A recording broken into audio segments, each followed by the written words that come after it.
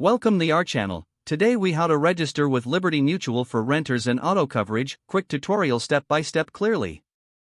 Start by visiting the Liberty Mutual website in your preferred browser. Once the homepage loads, locate and click on the Get a Quote button. You'll be prompted to select whether you need renters or auto insurance. Choose renters if you're looking for coverage for your belongings. Alternatively, select auto if you need insurance for your vehicle.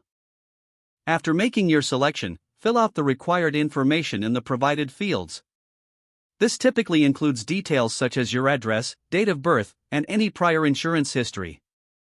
For auto insurance, you'll also need to provide information about your vehicle. Continue to follow the on-screen prompts, confirming each piece of information is accurate.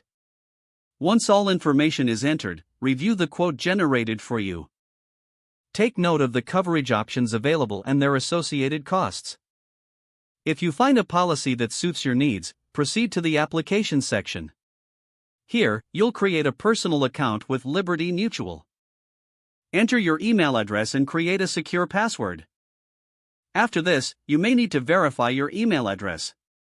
Check your inbox for a verification email and follow the instructions provided. Once verified, log back into your Liberty Mutual account.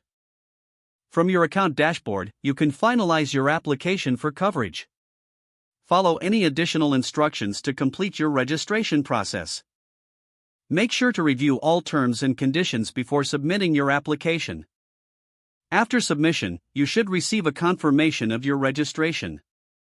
Keep this confirmation for your records as it will include important policy details. Your coverage will take effect according to the terms provided in your confirmation. Congratulations! You are now registered with Liberty Mutual for renters or auto coverage. If the page does not load, refresh the browser or try again in a private or incognito window. Make sure you are using the correct email address, then retype it carefully to avoid small typos. If your password is not accepted, use the reset option and create a new strong password you can remember. Don't forget to like this video and subscribe to our channel for more step-by-step tech guides.